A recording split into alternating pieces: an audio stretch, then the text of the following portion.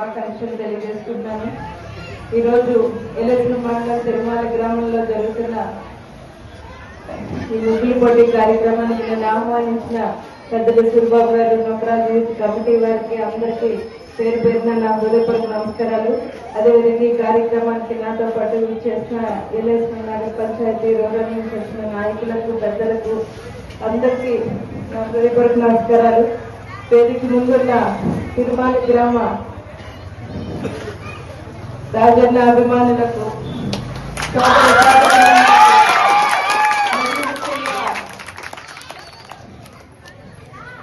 ఈ ముగ్గుల పట్ల కలం తీసుకొచ్చిన నా సోదరి మళ్ళకు, అమ్మలకు అందరికీ, ప్రతి ఒక్కరికి పేరు పేరున నా హృదయపూర్వక నమస్కారాలు తెలియజేసుకుంటున్నాను.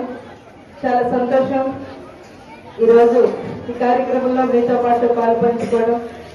సంక్రాంతి అంటేనే మన సంస్కృతికి, సాంప్రదాయానికి నిలువు.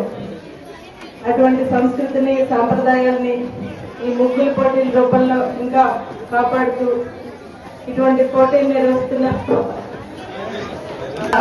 అభినందనీయం. ఈ కార్యక్రమంలో నేటి ఆధునిక ప్రపంచంలో ముగ్గుల పోటీలకు పాలు పంచుకోవడం, నిజంగా అందులో పాలు పంచుకున్న ప్రతి ఒక్కరికి కూడా, ప్రతి ఒక్క సోదరి మనకి మేము ప్రత్యేక అభినందనలు తెలియజేసుకుంటున్నాను.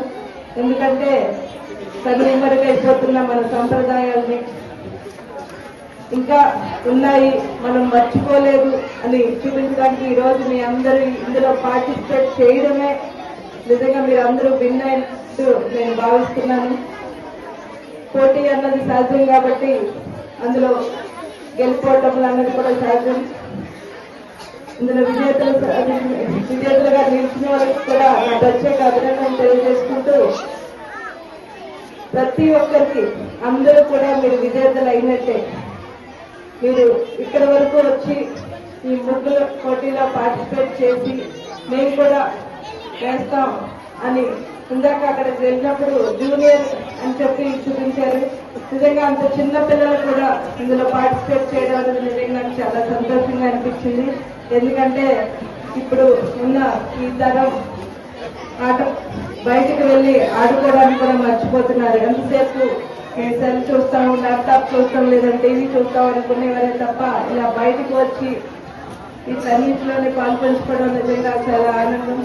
ఇటువంటి ప్రతి సంవత్సరం రాబోయే కాలంలో కూడా మీరందరూ కూడా ఇలా సంతోషంగా జరుపుకోవాలని మనస్ఫూర్తిగా కోరుకుంటూ, మరొక్కసారి అందరికీ కూడా సంక్రాంతి శుభాకాంక్షలు తెలియజేస్తూ, మీ అందరూ ఆయురారోగ్యాలతో సుఖశాంతులతో ఉండాలని భగవంతుని కోరుకుంటూ, మీ అందరి అండదండలు మా కుటుంబం పైన ఇదే విధంగా కలకాలం కూడా రాబోయే కాలంలో కూడా మా కుటుంబం పైన, నా పైన ఉంచాలని మనస్ఫూర్తిగా కోరుకుంటూ, ఈ నన్ను ఆహ్వానించినందుకు, ఈ అవకాశాన్ని నాకు ఇచ్చిన మీ అందరికీ కూడా కృతజ్ఞతలు తెలియజేసుకుంటూ సెలవు తీసుకుంటాను.